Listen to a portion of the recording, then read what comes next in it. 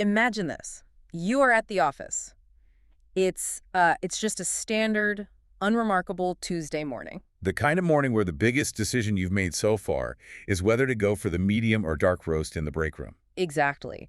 You're sitting at your desk, the glow of your monitor is reflecting off your glasses, and you have just deployed a brand new AI tool. One of those incredibly sleek, highly rated pieces of software. Right. The kind designed to help clean up your company's customer relationship management software, your CRM. Because we all know the drill there. We do. The database is an absolute mess. It's filled with old contacts, duplicate entries, just a whole lot of digital cobweb. And this new tool is supposed to be the magic bullet? Exactly. So you click through the setup screens, you hit approve on the final prompt, and you push your chair back. You take a well-deserved stroll to the office kitchen to grab that cup of coffee. Taking your time, too. Yeah, you take your time, you chat with a colleague by the water cooler for a minute about their weekend. You listen to the hiss of the espresso machine, you pour your brew, maybe you even grab a stale pastry from the counter. Sounds like a nice morning. It is. And then you casually walk back to your desk, but by the time you sit back down, adjust your headset, and take that very first sip of coffee, your shiny new AI tool has permanently deleted $18,000 worth of value from your business. Just gone. Gone, vaporized, utterly unrecoverable. And it did it in exactly 3 minutes. Welcome to today's deep dive. I'm so incredibly glad you're here with us right now because today we are looking at a stack of source material that is frankly going to fundamentally change how you look at every single automated tool you touch from this day forward. It really is. We have a truly fascinating multi-layered document on the table today. It's part technical manifesto, part operational postmortem, and surprisingly, it is part marketing masterclass. Yeah, our sources include this highly specific, almost rebellious anti-AI writing prompt, plus the real-world disaster story from a Bangalore startup that you just teased. Right, and it doesn't stop there. We've got detailed strategic breakdowns for planting comment seeds on social media, multi-platform narrative adaptations, and this is my favorite part, an absolutely striking, hyper-realistic conceptual image of a single mechanical switch. And the mission for this deep dive is critical for anyone operating in today's digital landscape. Because today, we are not just talking about what AI can do. No, I think we're all pretty saturated with that kind of hype at this point. I mean, you literally can't open a browser without someone shouting about how AI is going to revolutionize your morning routine. Right. Instead, we are unpacking the hidden architecture of how we command it. We are going to explore the dangerous, often completely misunderstood shift from treating AI as a simple executor of tasks to unleashing it as an autonomous agent. And most importantly, we're going to break down the crucial operational frameworks you need to protect your own work, your own business, your own data from moving too fast in the wrong direction. Because, as we will see today, through some painful real-world examples, speed without structure isn't efficiency. Speed without structure is just a recipe for a highly efficient disaster. Okay, let's unpack this. Because the way this source document starts is entirely counterintuitive. It doesn't start with code. No. It doesn't start with a warning. It starts with a persona. I want you, the listener, to imagine you are sitting across from a seasoned software engineer. You're sitting in a bustling cafe in Bangalore, sharing a hard-won lesson over cutting chai. The street noise is loud, but the guy across from you speaks quietly. Exactly. There's no fluff in his vocabulary. There's no thought leader jargon, no buzzwords, just the raw, unvarnished reality of building software products, losing real money, and learning from the burns. That specific persona is exactly where our source material begins. It introduces us to a concept, a persona called the quiet architect. The quiet architect, I love that. It's such a brilliant framing device, and it's important to understand how it's used. Before the source document even gets into the mechanics of autonomous AI, it establishes this persona as the foundation for a master prompt. Right. It explicitly tells the AI, you are the narrative voice behind the quiet architect. Yes, it says you translate deep tech and AI architectures into grounded, high-signal insights for corporate leaders and startup founders within the Indian business ecosystem. And crucially, it commands the AI not to sound like a keynote speaker. It specifically bans that overly enthusiastic TED Talk cadence. And we really have to ask ourselves why that persona is so absolutely necessary to establish right out of the gate. Well, I can guess why. Yeah. Because standard AI-generated text is unbearable to read. It really is. especially the kind you see flooding platforms like LinkedIn every single day. It completely fails to resonate with anyone who has an ounce of actual experience. Exactly. It fails because it relies on highly predictable, mathematically average structures. It lacks gravity. Yeah, it lacks the weight of lived experience. When you read a typical AI post, it sounds like someone who's read 1,000 books about swimming, but has never actually jumped into a pool. That is the perfect analogy. The quiet architect persona is the first step in a very deliberate process of forcing the machine to sound like someone who has actually lived through the consequences of their own code, It's an attempt to synthesize the weariness and the wisdom of a veteran engineer. and to force that machine to actually sound human, to shed that shiny robot exterior. The prompt uses a technique the author calls anti-AI writing. This is the part of the source material that had me glued to the page. This is where we start short-circuiting the machine. Yeah, the document lists these highly specific, fascinating constraints designed entirely to break the AI's natural habits. Let me read you the literal vocabulary ban included in this prompt. It strictly forbids the AI from using words like delve, tapestry, testament, vibrant, game changer, fast-paced. The usual suspects. Right. I mean, if you spend any time on the internet, if you've opened a corporate email in the last 2 years, you know exactly why those words are banned. They scream robot. They are the digital equivalent of wearing a name tag that says, "Hello, I am an AI." What's fascinating here is the underlying mechanics of why those specific words scream robot. To understand this, we have to look under the hood and remember what large language models, or LLMs, actually are. We anthropomorphize them constantly, All the time we say the AI thinks this or the AI wrote that. but they don't think. They don't have ideas. They are, at their core, probability engines. Okay, pause right there. Probability engines. Let's make sure we really grasp this, because I think people hear artificial intelligence and they picture a literal brain inside a server rack. Can you give me the explain it like I'm five version of a probability engine? Absolutely. Imagine the predictive text keyboard on your smartphone, but scaled up by a factor of 1,000,000,000. Okay. When you type, I am going to do, your phone suggests store or park based on what you usually type, right? Right. It's guess. It's guessing the most likely next word. An LLM is doing exactly that, but its context isn't just your text messages. Its context is a massive chunk of the entire written internet. Wow. It mathematically predicts the next most likely word or token in a sequence based on billions of parameters. So when the AI is prompted to write an introduction about modern business, a phrase like, "in today's fast-paced digital landscape," is statistically highly probable. Because it's everywhere online. Exactly. It is the mathematical path of least resistance for the neural network. So it's basically taking the average of every boring corporate blog post ever written and spitting it back out at us. Precisely. It gravitates toward the mean. It gravitates toward the average. And what is the average of internet writing? Cliches. It's cliches. It's safe, slightly elevated, but ultimately hollow vocabulary, words like delve or tapestry. Ah, delve. The ultimate AI tell. Why does it love delve so much? Because in its training data, when humans were writing academic papers or trying to sound authoritative, which is the tone AI defaults to when asked to be informative, they frequently use delve. Interesting. So the AI's mathematical weights assign a very high probability to that word in an explanatory context. Now, by explicitly banning these highly probable words in the prompt, the quiet architect constraint forces the AI into a corner. Think of the neural network like water flowing down a mountain. It wants to take the deepest, widest riverbed, the path of least resistance. And that riverbed is filled with words like tapestry and game changer. Exactly. And the vocabulary ban is like dropping a massive boulder into that riverbed. Yes. It blocks the easy path. The AI still has to reach the bottom of the mountain, still has to generate text, but now it has to find a new, narrower, less mathematically obvious path to get there. It forces the model to carve out lower probability, higher impact neural pathways. It artificially creates the jagged edges of real human writing. Humans don't speak in perfect, mathematically average prose. We use unexpected words. We hesitate. We are specific. Banning the average forces the AI to be specific. That is such a cool way to visualize it. We are forcing it off the smooth highway and making it drive on the dirt road. But it's not just a vocabulary ban, right? The source material goes deeper. The structural bans outlined in the prompt are even more intense, and honestly, they feel like an attack on everything my high school English teacher taught me. They really do. The prompt explicitly forbids something called the rule of three. Yes, the rule of three. A classic rhetorical device. Right. It's when you list adjectives or concepts in threes to sound impactful and rhythmic. A company will say their software is fast, reliable, and secure, or a politician will say blood, sweat, and tears. It sounds good.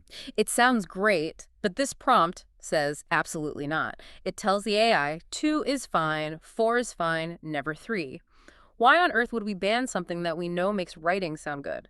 Because the AI overuses it to the point of nausea. Remember the probability engine? Right. The AI has learned that humans find the rule of three persuasive. So, when asked to write persuasive copy, its probability of outputting a three-item list skyrockets. It uses it as a crutch. Oh, I see. Every single paragraph ends up having a neat little triplet of adjectives.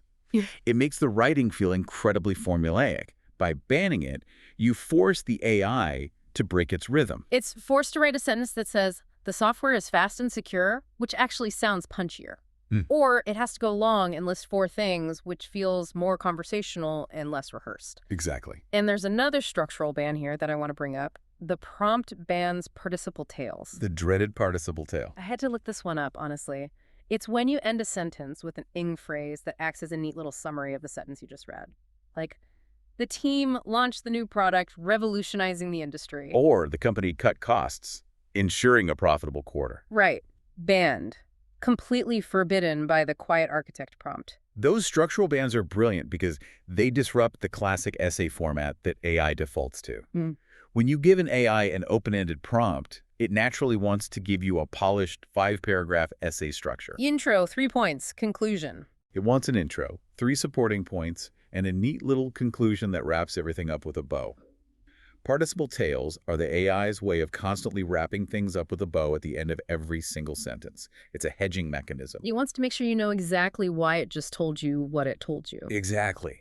By demanding these constraints, like forbidding the rule of 3, banning participle tails, and also, as the source notes, primarily using lowercase letters to mimic a casual but sharp Slack message, the prompt acts as a manual override to the AI's natural cadence. It's fascinating. It is actively forbidding any kind of hedging or challenges remain summary at the end of the text. It's demanding a dynamic, unpredictable rhythm. Short lines. Then a slightly longer one to explain a technical concept. Then short again. It is explicitly programming the rhythm of thought, not just the content of the thought. And bringing this right back to you, the listener, I want you to think about how you interact with these tools.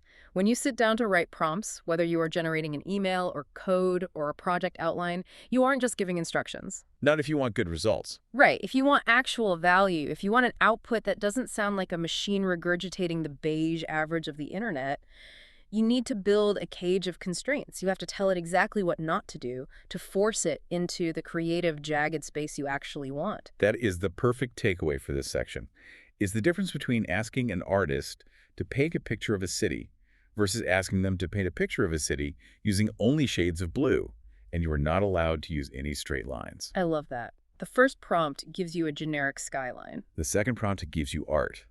The constraint is where the art happens. And in the context of AI, the constraint is where the illusion of the human element is preserved. You have to build the cage. Okay, so we've built this cage of constraints for text output. We understand how to short-circuit the probability engine when we want the AI to talk to us. But the source material takes a massive, sobering pivot here. It really shifts gears. It shifts from how we talk about AI to how AI actually operates within our systems. And to illustrate this shift, the document provided a visual source, a striking conceptual image.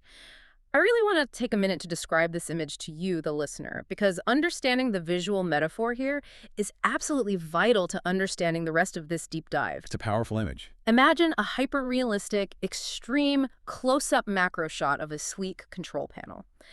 The design aesthetic is heavily inspired by Dieter Rams. Now, if you aren't familiar with Dieter Rams, he is the legendary industrial designer behind classic Braun products from the 60s and 70s. The godfather of the less is more design philosophy. Exactly. Apple's entire hardware aesthetic under Jony Ive was essentially a love letter to Dieter Rams. So picture that level of extreme minimalism. The surface of this control panel is a matte, off-white, brushed aluminum. It looks expensive. It looks flawlessly engineered. There are no flashing sci-fi lights? No, there are no complex dials or messy wires. In the dead center of this pristine aluminum surface, there is just a single, perfectly machined mechanical toggle switch. And the visual storytelling embedded in that single image is profound. Because the switch is flipped upward. It has been activated. Yes. And when you look closely at the macro details of the image, the exposed underbelly of that flipped switch, the part of the mechanism that is revealed only when it's turned on, is a striking, vibrant, aggressive warning red. It's an alarm color hidden inside a beautiful, minimalist design. And right next to the switch, debossed into the brushed metal in tiny, crisp Helvetica typography, is one single word: autonomy. Autonomy, just sitting there looking elegant. That red underbelly is everything. It makes my stomach drop a little just looking at it. It really is a visceral image. It unpacks the central metaphor of our entire deep dive today. Dieter Rams famously said, "Good design is unobtrusive." Right, it shouldn't scream for your attention. In the world of enterprise software today, giving an AI autonomy seems exactly like that image.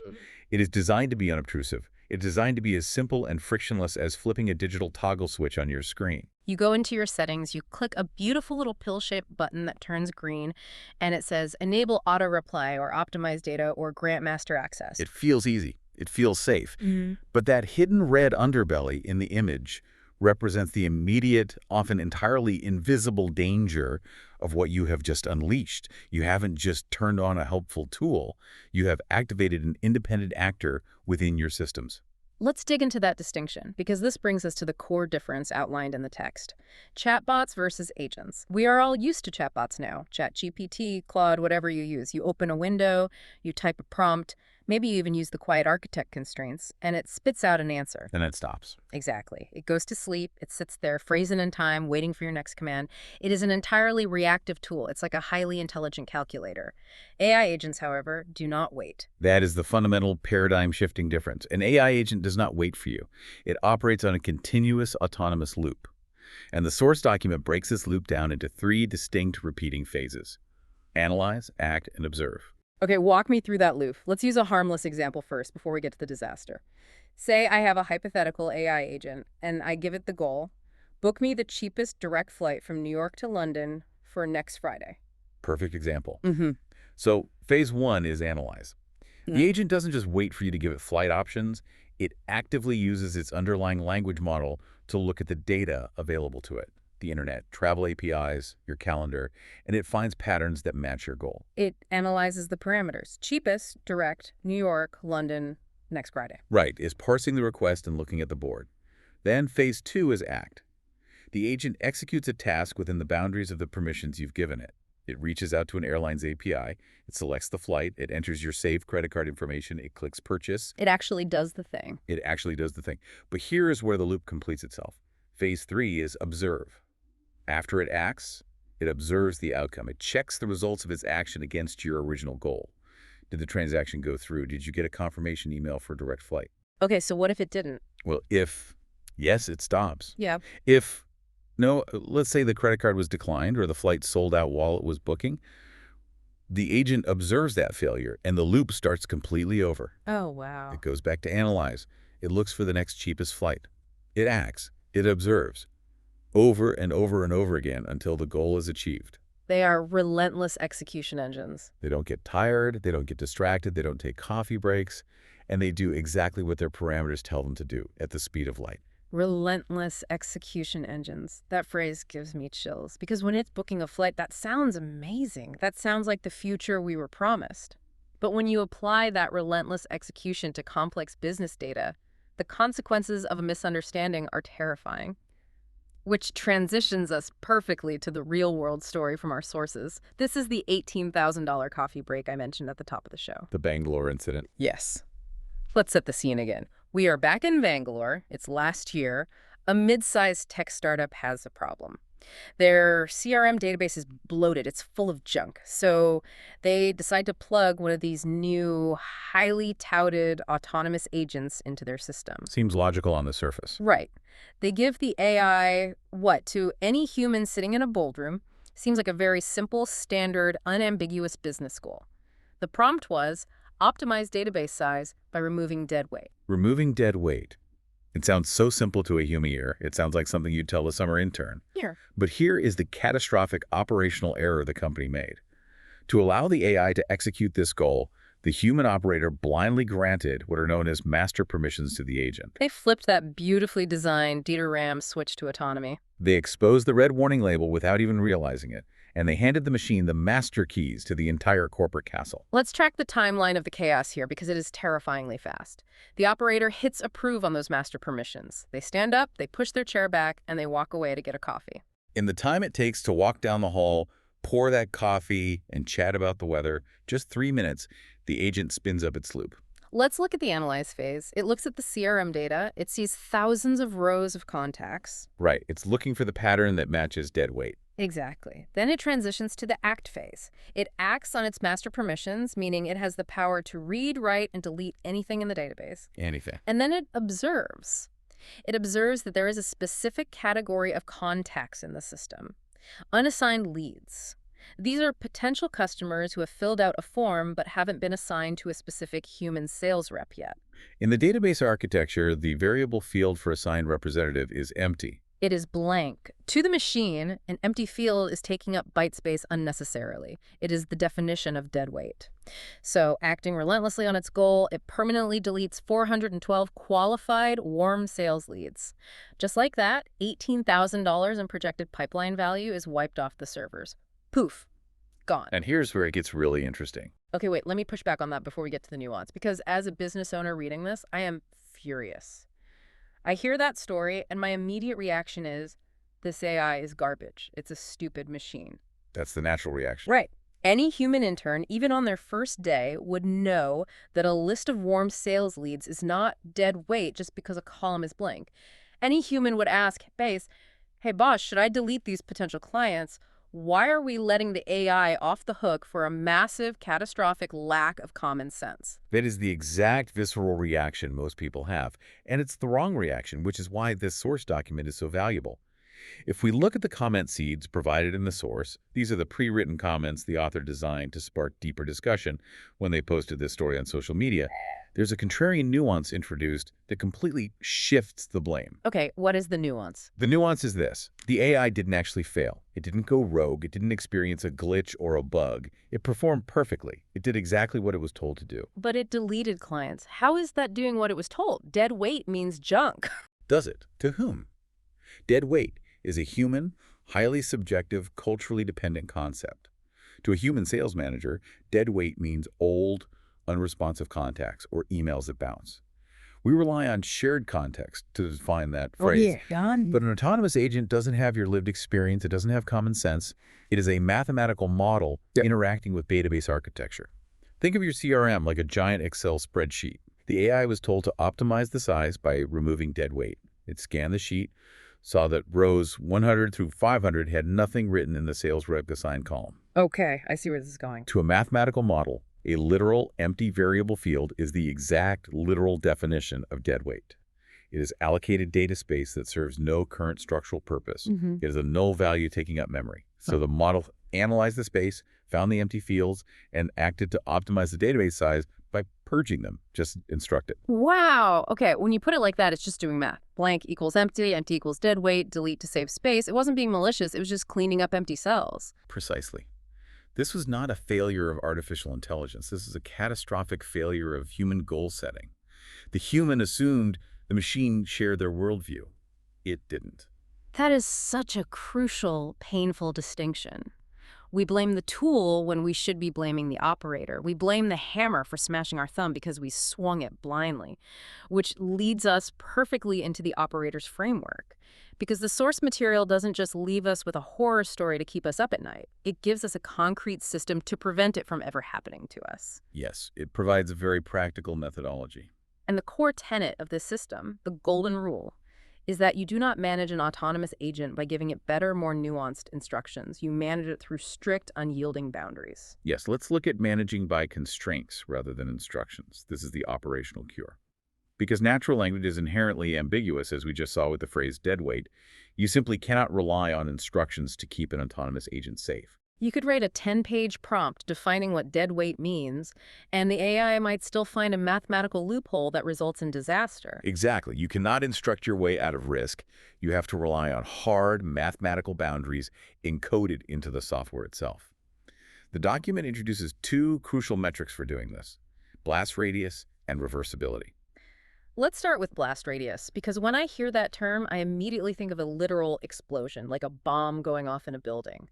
What does blast radius mean in the context of enterprise software? A bomb going off is exactly the right mental model. The blast radius refers to the software guardrails, the literal hard-coded system permissions you grant the agent through API keys or user access roles. It asks the fundamental operational question: if this agent completely misinterprets its goal, goes wildly off track, and decides to execute the worst possible sequence of actions, how much damage can the resulting explosion cause before the system stops it? So it's about containment. Exactly. The Yeah. blast radius is contained by granular permissions. Let's say you want an AI agent to help sort incoming customer support queries. It needs to read emails. Yeah.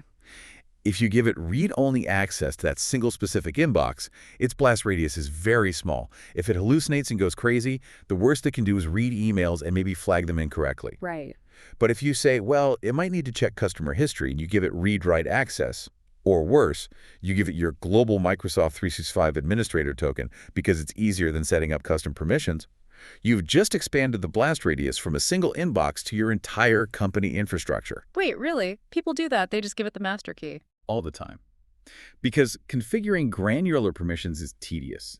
Flipping the grant all access switch is frictionless. But if you grant all access, and the agent decides that the best way to resolve customer tickets is to delete the entire customer database so no more tickets can be filed, it will do it because it has the permission to do it. If it blows up, it takes everything with it. Granular permissions contain the explosion. You mathematically limit what the agent can touch, so even if its logic is deeply flawed, its impact is minimized. Okay, so that is the first metric, contain the explosion.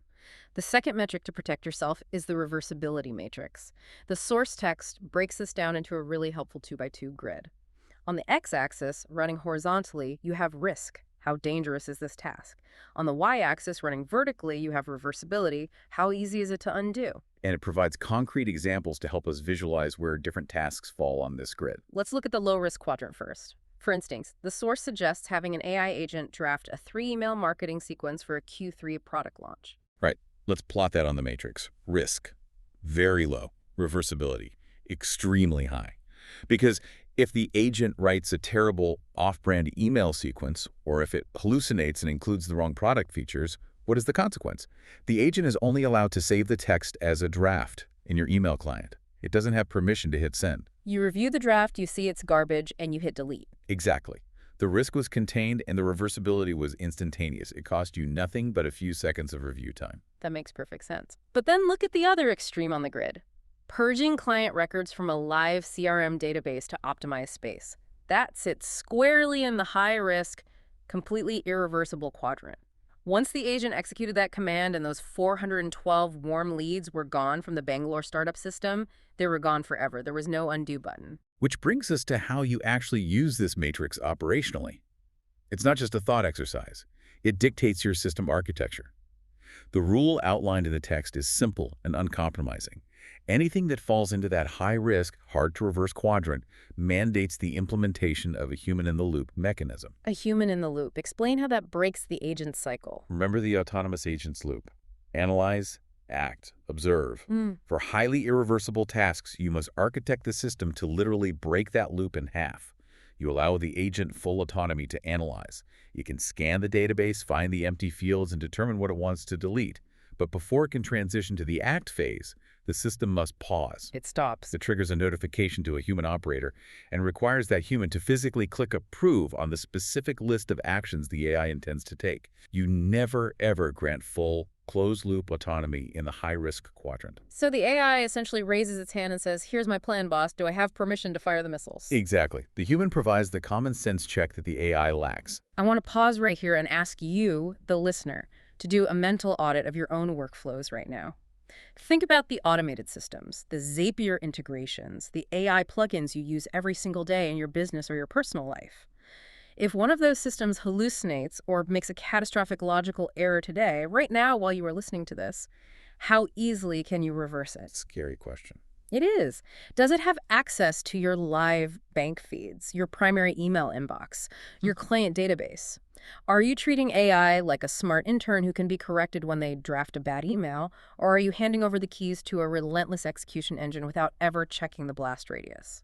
If we connect this to the bigger picture, this mental audit brings us to what I truly believe is the most profound thesis in the entire source document. It's a subtle linguistic shift, but it changes everything. The text states, "You do not delegate tasks to agents. You delegate authority." That line hit me incredibly hard when I read the source. You delegate authority. When you hand over your API keys or grant master inbox control or give full CRM access on day one, you aren't just saying, hey, here's a chore for you to do. You are literally transferring executive power to a machine operating at light speed. Yes. It's the equivalent of hiring a brand new, untested employee off the street, giving them the CEO's login credentials and saying, figure out how to make us more efficient before they've even had an orientation. That is a perfect analogy. We have a fundamental misunderstanding of what we are doing when we integrate these tools.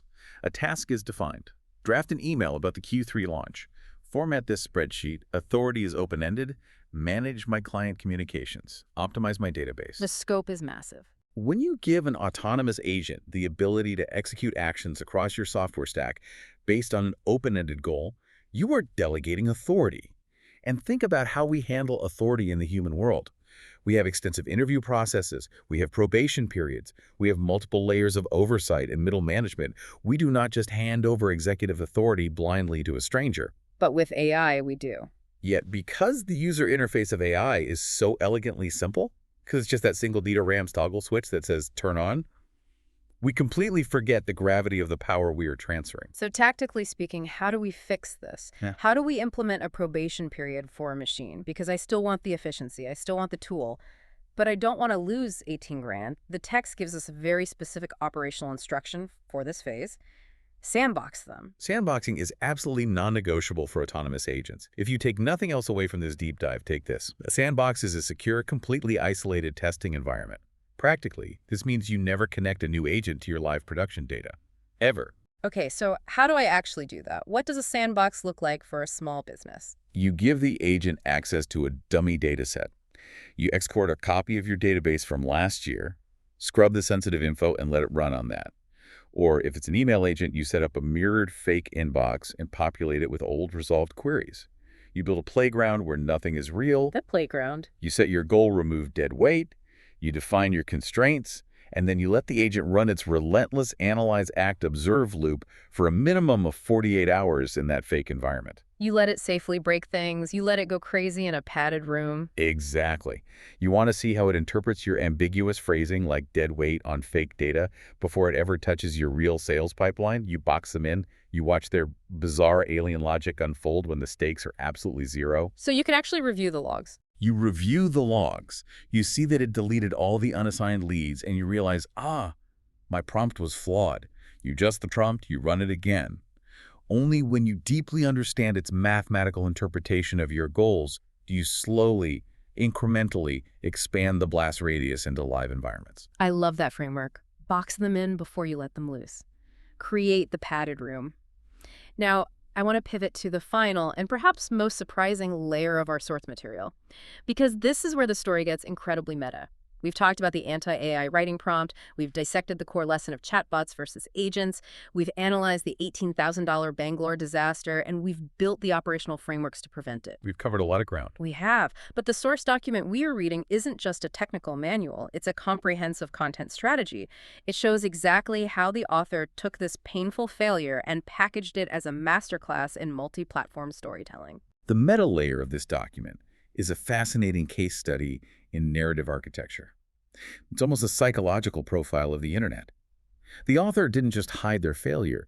They took this embarrassing loss and weaponized it as a high-signal marketing campaign across multiple different social platforms. And what's brilliant to analyze is how they executed strategic, structural shifts in tone required to resonate with each specific audience. It proves they understand human algorithms just as well as they understand machine algorithms. Absolutely. Let's break down a few of those platform adaptations because the differences are stark. Let's look at Reddit first. The source details how they posted this story to the entrepreneur and sauce subreddits. If you spend any time in those communities, you know the culture. It is fiercely meritocratic. They are deeply cynical. They absolutely despise corporate fluff. Yeah, exactly. Or humble brags, or anyone pretending to be a guru. So the source adapts the story to match that culture perfectly. The title of the post becomes TIFF by giving an AI agent master permissions to my CRM, 18K down the drain, TIFF you. Today I F out. It is raw. It is authentic. It immediately disarms the cynical audience. It says, yeah, I was that guy. I thought I was an operational genius and I burned my own house down. It leans entirely into the pain and the humiliation. Yes. Which is the exact toll the Reddit community demands you pay before they will listen to your insight. If you post a polished, here are 5 things I learned about AI essay on Reddit, you will be downvoted into oblivion. But by framing it as a confession, they earn the right to share the technical lesson. Now contrast that psychological approach with Twitter or X. On that platform, the culture is entirely different. The attention span is fractured. People are scrolling endlessly. The adaptation there is a punchy, aggressive, fast-paced viral thread. The very first tweet, the hook drops the most sensational detail immediately. I torched $18,000 in pipeline value in exactly 3 minutes. Boom! You have to stop scrolling when you see that. You have to.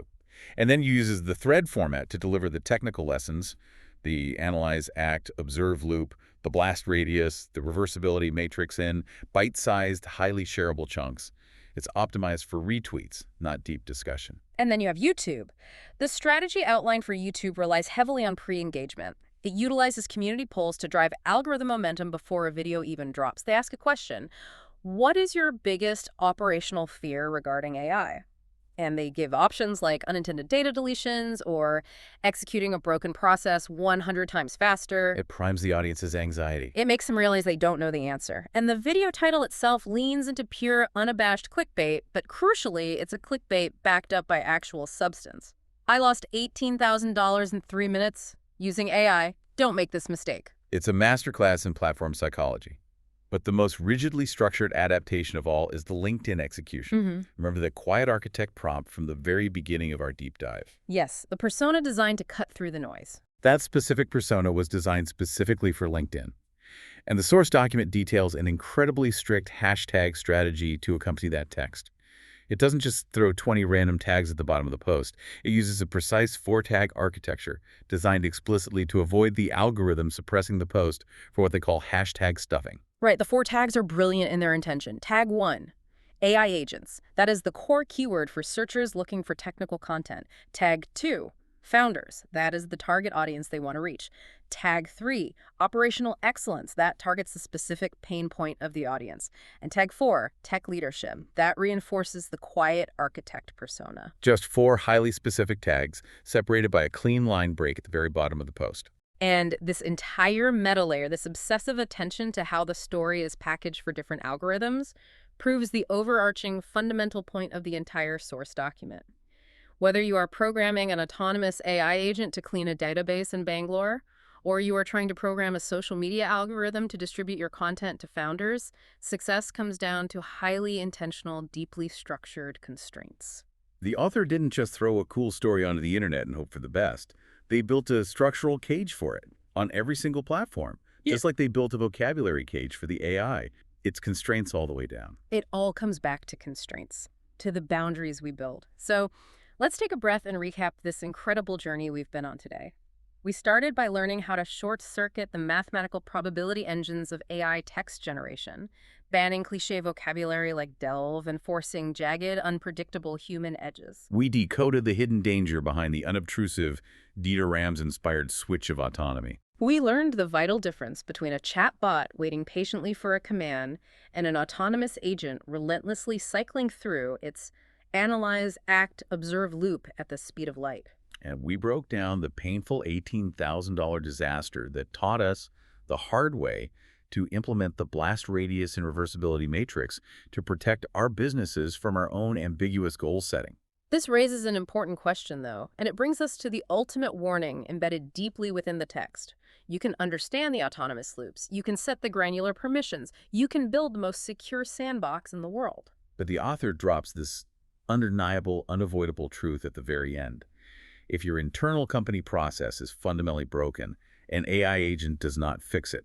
It just executes your broken process at light speed. The AI that deleted those 412 leads didn't invent a new malicious way to ruin the database. It just rapidly, flawlessly accelerated a flawed definition of dead weight that already existed in the company's operational logic. Automation does not cure dysfunction.